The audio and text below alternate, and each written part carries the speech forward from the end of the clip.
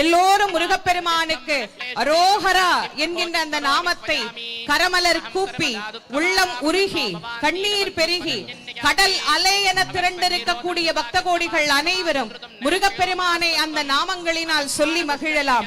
வெற்றிவேல் முருகனுக்கு, வீரவேல் முருகனுக்கு, ஞானவேல் முருகனுக்கு, சக்திவேல்